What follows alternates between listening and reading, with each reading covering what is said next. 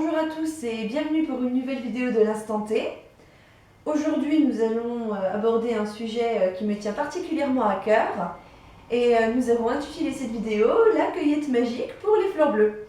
Donc pourquoi pour les fleurs bleues? Parce que dans notre métier il faut être aussi un petit peu poète, un petit peu rêveur et il faut l'avouer un petit peu naïf, voilà, avoir donc ce petit côté fleurs bleues. Donc il se trouve que pour pratiquer, on a souvent besoin de plantes, on a besoin d'ingrédients et le meilleur moyen d'être satisfait, parce qu'on ne trouve pas de la mandragore dans tous les supermarchés, c'est d'aller en chercher soi-même. Donc aujourd'hui, on va regarder ensemble en fait les différents éléments qui sont nécessaires à une bonne pratique de la cueillette en ésotérisme. On commence par le petit récap des choses à faire avant de partir en cueillette. Allez, par exemple. Eh ben go! Eh ben c'est parti. On part pas en cueillette pour de l'ésotérisme comme on partirait chercher des fleurs pour la fête des mamans. Hein. On se prépare un minimum avant, c'est-à-dire qu'on va commencer par faire les choses dans le bon ordre, c'est-à-dire qu'on va aller prendre une douche, choisir une tenue qui vous serre pas à la taille, qui est pas hyper cintrée, qui a pas des manches chauve-souris qui vont se prendre dans les branches, qui n'ont pas, enfin voilà, une tenue pratique, fonctionnelle et qui vous entrave pas, voilà, oui. Parce que ça va aussi entraver vos énergies. C'est-à-dire que non seulement vous n'aurez pas le côté pratique de pouvoir cueillir vos plantes comme vous voulez, mais en plus ça va entraver vos énergies, ce qui va couper le processus. Alors il y en a certains qui disent que le fait que ça coupe comme ça la magie, c'est purement psychologique. Que ce soit psychologique ou non, j'ai envie de dire, si les énergies ne circulent pas, ça reste un problème en pratique. Donc dans tous les cas, mieux vaut prévenir que guérir. Choisissez des vêtements dans lesquels vous êtes à l'aise, effectivement. Alors on peut choisir un peu de couleur, hein, par exemple du brun pour vous relier aux énergies de la terre, du vert, du bleu pour la guérison. Hein, si vous allez cueillir des plantes médicinales qui vont vous servir à faire des onguents, des crèmes, des choses comme ça, voilà. Et puis sinon du vert pour appeler les esprits de la nature cette fois-ci à venir vous accompagner dans votre cueillette. Parce que effectivement c'est aussi un bon moyen de partager quelque chose avec les entités locales. C'est vrai, c'est vrai. Et oui. Donc on a parlé un petit peu de la douche sommairement. Il s'agit d'une purification classique et pour ça j'ai envie de dire on vous renvoie à notre vidéo sur la purification, voilà. Simplement. De la purification de la maison et de soi qui est sortie il y a le mois dernier je crois. C'est ça, voilà. C'est ça, le mois dernier. Donc ça c'est bon, vous pouvez mettre aussi des bijoux qui puissent vous aider en fait soit à condenser votre énergie. Par exemple, on peut avoir un patacle inversé autour du cou, au niveau des boucles d'oreilles, qui permet de garder l'énergie tournée vers l'intérieur, donc d'emmagasiner davantage, ou alors simplement un bijou avec lequel vous êtes à l'aise ou que vous utilisez avec certains esprits de la nature, qui vous permettront, moi par exemple ça c'est des spirales, c'est le vent. Et comme je suis très affiliée vent, c'est mon meilleur ami, vous voyez, pour venir. Alors, il faut faire attention à ne pas vous accrocher dans les branchages aussi avec ça, parce que ça peut aller vite. Mais ça peut être vraiment, oui, intéressant de rajouter en fait quelques bijoux pour augmenter en fait vos énergies lors de la cueillette. À titre personnel, soit j'en mets pas. Évidemment, j'enlève ma chaîne. Soit je vais mettre ma griffe en bois. C'est pareil, vous me verrez avec sur la vidéo sur la purification si vous ne l'avez pas déjà vue. Mais voilà, c'est soit j'en mets pas et du coup j'y vais nature, soit j'aurai juste ma griffe en bois. Le dernier point, c'est le matériel. Alors, quand on part en cueillette, il y a des petites choses à savoir, on en reparlera un petit peu plus tard. Ce qu'on vous recommande, c'est une opinel, un boline, ou alors voilà, un outil rituel qui est dédié exclusivement à la coupe des plantes. Et moi, je vous conseille aussi d'avoir quelque chose genre des ciseaux ou un couteau qui est uniquement en vitrocéramique, c'est-à-dire qui n'est pas en fer. On verra ça plus tard. Et bien sûr des fioles, mais aussi des sachets, je crois que j'en ai là, oui. Je vais sortir ça. Hop. Des petits sachets en lin, hop, non voilà. Vous avez vu, je suis une grande passeuse. Donc des sachets par exemple comme ça, vous voyez, avec un patacle pareil qui permet de protéger les plantes le long du trajet. Ça c'est un mélange de lin chanvre, donc c'est plutôt naturel. Un tissu qui respire, qui essaimera les graines éventuellement le long de votre trajet. Des petites bourses en cuir. Vous pouvez avoir aussi des petites fioles en verre, tout un tas de choses, ou pourquoi pas sachet plastique, ou éventuellement, bon celui-là n'est pas trop fait pour se balader en cueillette, mais un panier, voilà. Après les paniers ils sont gros chez moi, donc je ne voulais pas les ramener comme ça. Donc quelque chose voilà, qui respire et puis qui vous permette facilement de les remettre dans la voiture ou simplement de vous balader avec sans tout verser partout. N'oubliez pas, si vous cueillez des plantes qui sont toxiques, d'avoir des gants, des sachets et des outils à part pour celles-là, histoire de ne pas mélanger, pas que vous alliez couper, je sais pas, un plant de sauge avec le couteau qui a servi à couper de la manite tumouche. Ça serait un peu bête comme intoxication, on est d'accord? Ce serait franchement idiot de s'empoisonner bêtement de cette façon, quoi. Donc, juste par toujours le matériel en double pour les plantes toxiques ou mortelles, voilà. Quoi d'autre? Eh ben, je crois qu'on va parler du moment de la cueillette. Bah ouais, allez. Alors moi j'ai une chose à dire principale, c'est que la cueillette, c'est un sacrifice. Avant, on va reprendre le mythe de Yule, parce que je trouve qu'il est très parlant. À l'époque, en Allemagne, on allait au pied d'un sapin et on y sacrifiait du gibier, un sanglier ou un cerf. Donc c'est le sang du sacrifice animal qui permettait de nourrir la terre. Aujourd'hui, on coupe l'arbre, on supprime sa sève quelque part et on le ramène chez soi, il meurt. Il est sacrifié pour faire revivre l'hiver. C'est toujours la même symbolique de sacrifice, même si c'est une plante. Le sang de la vie, chez elle, c'est sa sève. Sa verdure représente aussi la vie, etc. C'est quelque chose qui croît, donc ça se respecte. C'est pour ça qu'on codifie la cueillette, principalement. Oui, parce que c'est un sacrifice. Et que, de fait, on doit respecter certaines règles et on doit avoir beaucoup de respect et je dirais même d'humilité. Voilà. Donc, par exemple, moi je sais, quand je vais me balader, cueillir, je vais me mettre pieds nus. Comme ça, c'est le signe que déjà je suis mieux ancrée dans les énergies. Et puis si ça me pique, si ça me coupe, c'est pas grave. C'est aussi mon offrande, ma façon de respecter et de montrer que je viens, j'ai envie de dire, montrer patte blanche. Voilà, montrer pied blanc. Donc vous pouvez effectivement faire cela aussi. Et vous pouvez le faire à différents moments. Ça peut être de jour, ça peut être de nuit, en pleine lune, ou selon le jour planétaire, selon voilà, toutes les croyances qu'il y a. Alors, moi, je ne vais pas trop vous en parler, parce que je ne crois pas à tout ça. Je crois effectivement que les jours de la semaine ont une connotation avec les divinités associées. Je crois que la lune, effectivement, selon si elle est pleine ou gibbeuse ou nouvelle, va apporter une symbolique qui va charger les plantes d'une certaine façon. Je ne crois pas au reste. Donc, parole à Adélaïna. Oui, parce que j'y crois pas forcément plus, mais j'ai peut-être une symbolique un peu particulière qui peut peut-être vous aider à choisir le moment pour aller cueillir vos plantes. À titre perso, je vais cueillir en période de phase de lune décroissante et de nouvelle lune toutes les plantes que je vais faire sécher. Quitte à ce qu'elles décroissent, on va utiliser les plantes qu'on va laisser décroître finalement et sécher pour être utilisées en sachet charme, en encens et autre chose comme ça. En phase croissante, à l'inverse, je vais garder celles que je vais utiliser fraîches. Par exemple, je vais utiliser aussi effectivement la symbolique des jours de la semaine parce que je reste adepte des 7 jours, donc le lundi, la lune, mardi, Mars, etc., etc. Et effectivement, si la plante que je vais cueillir, je vais l'utiliser pour un rituel de vengeance, je vais éviter d'aller la cueillir un vendredi sous l'influence de Vénus. J'ai envie de dire, qui t'a donné quelques jours, donne toutes les planètes avec les jours.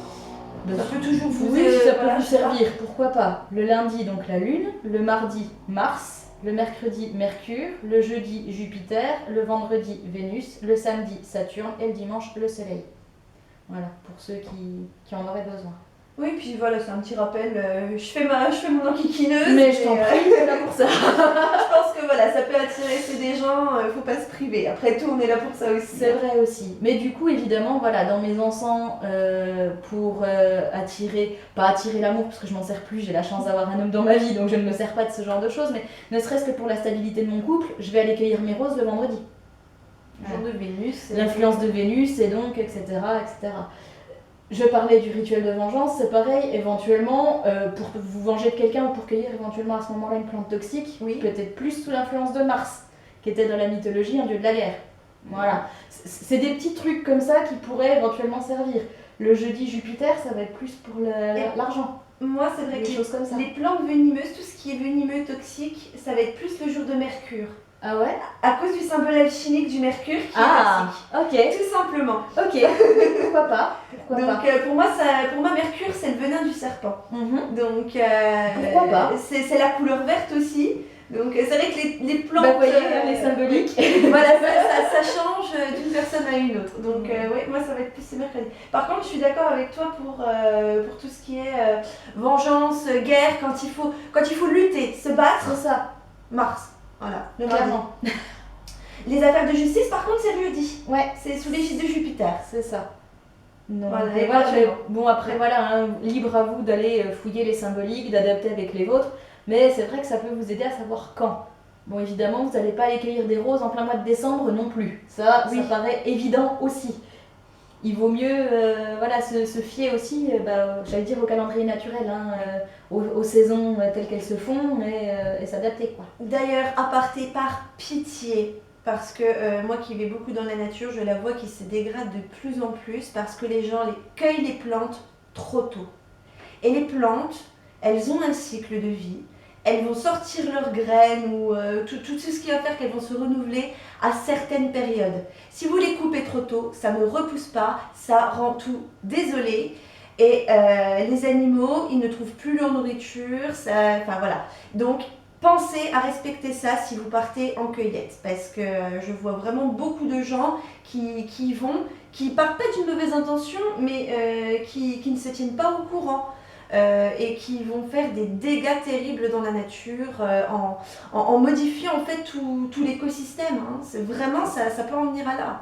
Donc voilà. Et si vous avez la chance d'avoir eu un grand-père comme moi qui vous a appris et que vous savez pour certaines graines, plantes, essaimer et que vous voyez que vous pouvez le faire, faites-le. Voilà, vous rendrez service à la nature et les élémentaux, ils vous en apprécieront que davantage. Puis c'est pas pour ce que ça coûte comme temps, Et ni oui. ce que ça coûte comme voilà.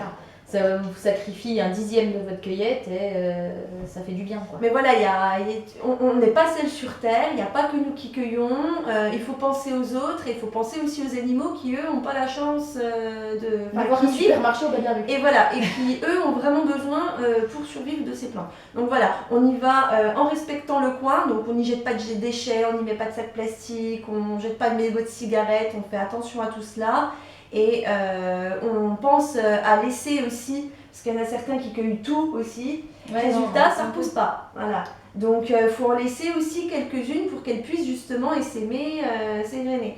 Et pensez aux petits animaux qui eux s'en nourrissent. Voilà. J'insiste, je suis désolée, mais c'est quelque chose qui m'a... Elle l'a dit au début, c'est un sujet qui lui oui. tient à cœur et c'est notamment pour ça. Elle ne supporte pas qu'au profit de l'humanité, on puisse détraquer les autres espèces, c'est le point sur lequel je la rejoins, parce que l'anthropocentrisme est une monumentale erreur, si vous voulez mon avis. C'est une vilaine habitude aussi hein, qu'on a. Aussi, c'est vrai. Donc voilà, on n'est pas possesseur de la terre. Je sais qu'on achète nos bouts de terrain et qu'on pense qu'on a le droit d'y faire ce qu'on veut, mais on est surtout habitant de la terre, on est locataire, au même titre qu'un chat, qu'un renard, qu'un ours, que n'importe quel animal. Et pour moi, ils ont tout autant droit que nous à vivre. Donc on n'a pas à venir leur pourrir le territoire. On les dessine déjà suffisamment comme ça. Si en plus on en rajoute pour nos intérêts personnels, là on s'en sort plus quoi. Et petit détail quand même, si vous le faites, bon effectivement on disait que si vous faites ça intelligemment, vous aurez le remerciement des élémentaux, etc. Si vous ne faites pas ça intelligemment, j'ai peur que même les rituels que vous essayez de faire avec vos plantes se foirent lamentablement parce qu'on va vous tirer dans les pattes. D'un point de vue pragmatique et purement pragmatique pour ceux qui n'aiment pas forcément le discours écolo, il y a aussi un côté purement pragmatique. Voilà. Pour moi, c'est même pas être écologique en plus, c'est vraiment. J'ai pris le côté sectaire volontairement. Ouais.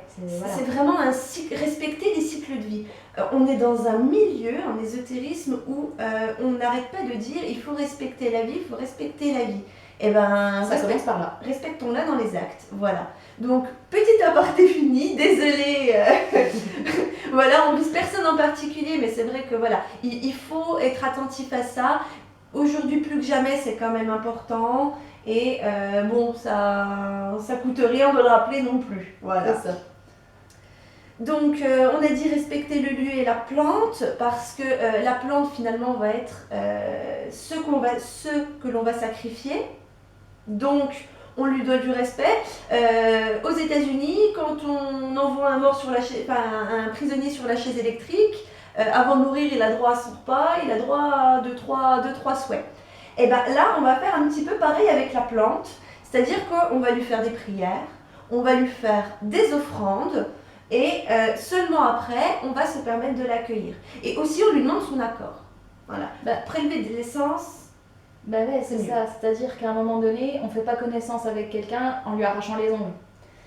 Il y a un moment donné, voilà, on se pointe, on fait quand même connaissance un minimum et on demande accordance avant de lui enlever un morceau de lui. Ça paraît évident. Je vois hier, je suis allée me balader avec mon neveu, je suis allée saluer un arbre avec qui j'ai une relation de longue date parce que c'est un arbre qui est au bout de la forêt près de chez mes parents. Donc j'y allais à peu près tous les 2 jours quand j'étais môme. Il m'a vu grandir et j'ai voulu le présenter à mon neveu. Et en me posant la main dessus, il a arraché un peu de mousse. Je l'ai regardé, je lui ai dit « Ah, essaye d'éviter la prochaine fois. Pourquoi t'attaches ? Parce que c'est comme si tu lui avais tiré les poils des jambes. » Ah oui, ça fait mal. Ah bah voilà. Et du coup, il ne le fera plus. Mais voilà, c'est toute une relation de confiance aussi qu'on instaure avec la plante avant de l'accueillir. La plante, le lieu et les entités qui l'habitent. Hein. Moi, je sais il y a certains coins de cueillette, on se sent observé de partout et on nous attend au tournant. Hein. On sait qu'on n'a pas droit à l'erreur. T'en cueilles 3, tu vas te faire taper sur les doigts. Tu cueilles pas la bonne, tu vas te faire taper sur les doigts. Ah, puis il y a des endroits, moi j'ai déjà vu un endroit qui était vraiment très accueillant, très chaleureux. J'y suis retournée et là je me suis fait agripper par absolument tout et je sentais que la nature elle avait peur de ce que j'étais capable de faire quoi. Elle se dire est-ce qu'elle va respecter voilà non on va pas par là. Elle va nous faire mal voilà. Et du coup effectivement moi je sais que j'ai déjà toujours été prudente parce que j'ai grandi en allant à 2 ans et demi je crapahutais déjà dans les bois partout avec mon grand-père pour le suivre. Il était ami avec les gardes forestiers, il m'a appris tout ce que je sais aujourd'hui sur la nature, ce qui est comestible, comment la renouveler et l'entretenir, puisqu'il est ami avec les gardes forestiers, avec les barragistes, avec à peu près tout le monde aux alentours. Donc moi j'ai eu vraiment cette chance. Et c'est vrai que c'est quelque chose qui m'est resté. Et quelque part, ça m'a donné un petit bonus justement face aux entités parce que généralement elles savent quand elles me voient débarouler avec mon panier que je ne vais pas tout cueillir et tout arracher n'importe comment. Donc on fait ça intelligemment quoi. Et du coup, effectivement, j'ai tout de suite un accueil généralement chaleureux. Mais c'est vrai qu'avec les années, je vois que ça a changé. L'ambiance dans les forêts change. Oui, elles deviennent plus timides, plus hostiles, plus craintives. C'est ça. Donc voilà. Donc y aller d'autant plus avec prudence parce que c'est pas la peine qu'elles se mettent à tirer sans sommation et de vous attirer des bricoles juste parce que vous n'avez pas été assez prudent avant. Quoi. Alors, dans les offrandes, on a bien sûr donné, je t'ai pris une branche, et ben je te donne des cheveux. Ou alors je te donne des rognures d'ongles. Il y a certaines plantes qui vont être un peu plus gourmandes. Voilà, un peu plus piquantes même. Oui, c'est ça. Après, elles savent le réclamer, je m'inquiète pas pour ça parce que je me rappelle, je sais plus quelle plante c'était. Je sais plus si c'était de l'aubépine. Je sais plus exactement quelle plante c'était. C'est vrai que moi j'ai pas une connaissance encyclopédique de la nature. J'ai toujours eu ce respect, mais bon voilà, j'ai pas les connaissances théoriques qui vont au bout. Cela dit, quand j'allais me balader, bon bah voilà, là la plante, on sentait, je lui avais demandé son accordance, elle me l'avait donné du bout des dents, hein, mais bon, elle me l'avait donné quand même. Et quand je l'ai cueillie, crac, je me suis coupée. Ah, et ben voilà, j'ai posé ma main dessus, je lui ai donné un peu de mon sang, et puis bah, elle s'est régalée comme ça, et c'était un échange de bons procédés. Voilà, elles savent le réclamer, il n'y a pas de souci. Mais c'est ça, la plante vous donne de sa substance pour vous nourrir, pour vous permettre de faire vos charmes, à vous aussi de donner un peu de votre substance. Moi, je sais que ça m'est déjà arrivé aussi de verser une larme, de pleurer. Voilà. Parce que la plante était tellement triste, et puis comme je suis une bonne en pâte, voilà. Ça a son lot de joie, mais ça a aussi son lot de peine. J'ai pleuré, c'est tombé sur la plante, et j'ai senti le réconfort tout de suite qui l'envahissait. Donc voilà, elles vont, généralement, vous allez quand même le ressentir si vous êtes un petit peu attentif, que vous vous mettez à l'écoute de ce qu'il y a autour de vous, vous sentirez ce qu'il faut. Au-delà de la prière, le chant. Oui. Le chant. Certaines plantes aiment beaucoup, oui. Et les élémentaux adorent la musique. Ah oui, oui. Donc si vous chantez pas comme une casserole et si vous y mettez un peu de cœur, chantez. Vous gênez pas en plus dans la forêt, vous n'allez pas gêner grand monde. Donc profitez-en.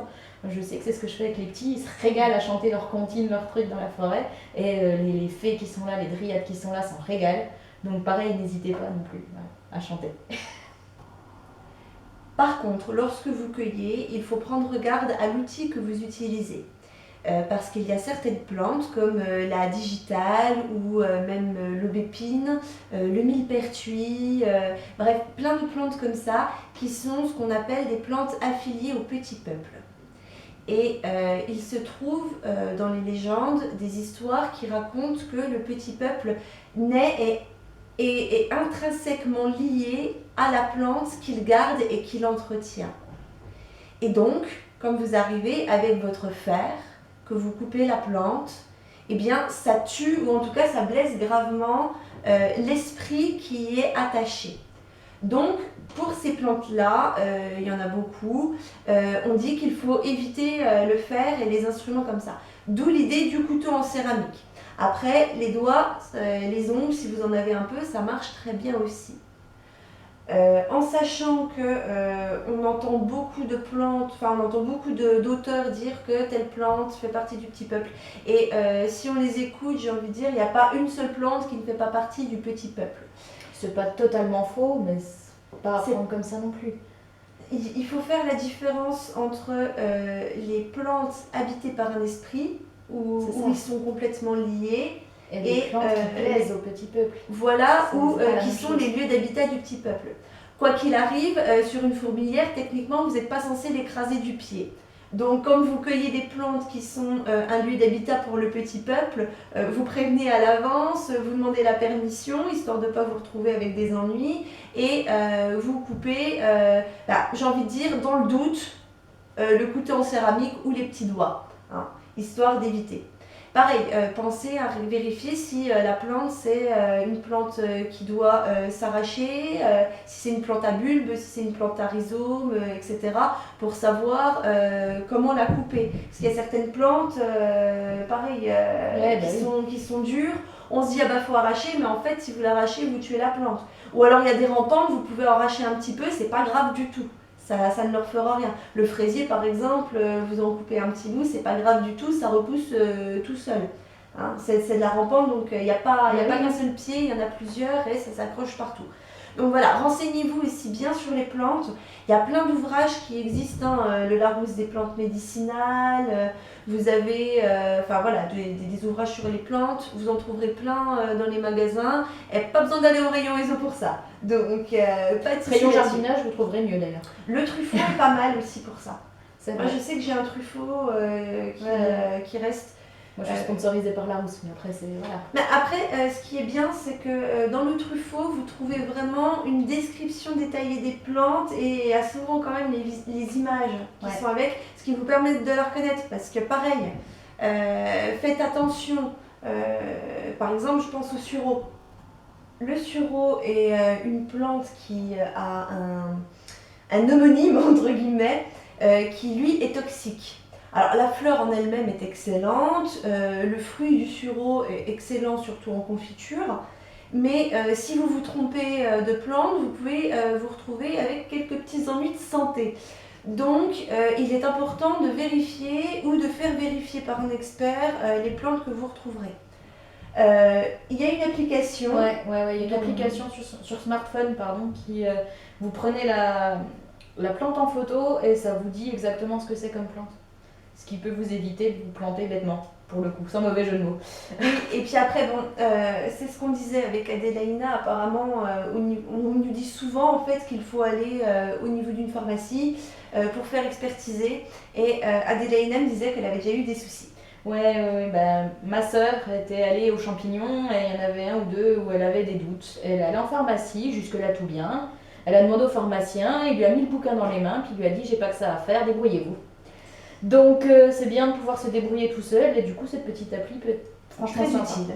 Voilà, ça évite des heures et des heures de recherche dans les encyclopédies et ça évite de se faire refouler bêtement à la pharmacie. C'est vrai. Voilà. On va arriver en fait sur toute la partie ramenée à la maison. Donc j'ai envie de dire, vos plantes, vous les avez récupérées. Si c'est pour utiliser tout de suite et puis que vous avez besoin qu'elles restent fraîches, par exemple à Ostara, une petite incantation. Moi je sais que la mienne c'est un chiasme, donc dans sa structure pour justement faire un espèce de cycle, voilà une boucle. Donc c'est vous êtes fraîche et éclose, vous êtes. Et je répète ça en boucle tout le long du chemin. Et je peux le murmurer comme ça. Fraîche et éclose, vous êtes fraîche et éclose. Voilà, et je recommence encore et encore et encore et encore. Donc ça c'est une technique. Vous avez aussi d'autres possibilités d'incantation, hein. Ça c'est libre selon votre imagination et libre à votre créativité. Voilà. Et puis aussi selon vos affinités avec les entités, puisque vous pouvez faire appel aussi à des entités ou même des sigils, des sceaux pour... Ou simplement un coton imbibé d'eau chaude dans le fond de votre panier, enfin d'eau froide dans le fond de votre panier. Après, ça c'est une technique, on va dire... plus pragmatique mais qui fait le job. Elle permet de garder la fleur, mais après l'intérêt des incantations c'est que ça maintient ça charge l'énergie la plante, et ça charge la plante. Nous sommes d'accord. C'est là où ça devient intéressant. Et pareil, vous pouvez choisir, si vous savez à quoi va vous servir votre plante, de la consacrer directement pour ce à quoi vous l'utilisez. Par exemple, l'écorce de chêne pour apporter de la force, et vous allez faire une incantation dans ce sens. Par contre, si c'est pour de la conservation, pour plus tard, pour différents charmes finalement, vous n'allez peut-être pas donner la force à l'écorce de chêne alors que vous lui donnerez une autre propriété, éventuellement celle de renaissance par exemple, ou de lumière, ou de stabilité. Donc faites vos incantations vraiment en fonction de vos besoins. Et puis j'ai envie de dire pour le séchage, petit espace de séchage c'est bien, des petits bouts de carton. Moi je mets une pastille rouge pour les cartons qui servent aux plantes et aux champignons toxiques. Et puis une pastille verte pour les plantes classiques. Comme ça, je ne mélange pas les zones de séchage pour éviter les problèmes.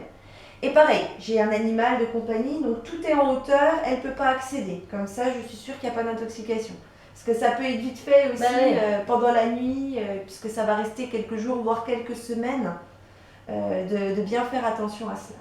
Bien leur laisser assez de place pour pas qu'elles pourrissent les vignes au contact des autres. Bien les retourner aussi. Et puis prendre le temps de les retourner régulièrement de façon à ce qu'elles sèchent uniformément simplement. Des petits détails comme ça, mais voilà, c'est bon à savoir. Tout à fait. Et je crois qu'on a fait le tour. Ouais, après, juste petit détail aussi sur la durée de conservation. Ah oui, on en a parce que vous les avez séchés, c'est très bien. Ça peut se garder au moins 1 an. Sans gros soucis. Bon, pour les plantes, pas pour les fruits, on est d'accord, les fruits séchés, ça finit par se racornir, ça finit par être beaucoup moins utilisable. Après, c'est toujours pareil, réutilisation en pot pourri, en offrande, tout de même. Pour qui n'en veut, ça après, c'est pas le souci, mais voilà, pour les plantes, 1 an sans gros soucis. Puis il y a même des plantes qui peuvent durer plus longtemps que ça, je vois ne serait-ce que le thé. Que j'ai du thé qui a plus de 5 ans, il n'a pas été altéré, il n'y a pas de souci. Donc voilà, c'est plus à votre discrétion là pour le coup. Oui. selon l'utilisation que vous en avez, selon l'endroit où vous la conservez aussi, si c'est à l'abri de la lumière, si c'est à l'abri de l'humidité, etc., etc. Eh ben, Cette fois, je n'ai rien à rajouter. Je n'ai rien à rajouter, il n'y a pas de souci. Bon ben voilà. Eh bien, on vous dit à très bientôt pour une nouvelle aventure sur l'instant T. Et une nouvelle tasse de thé aussi.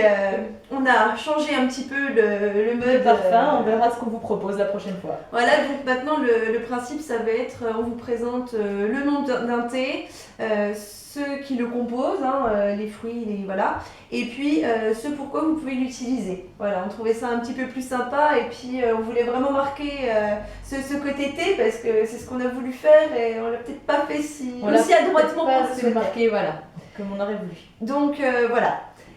Eh bien, n'hésitez pas à commenter, liker, partager et à très bientôt.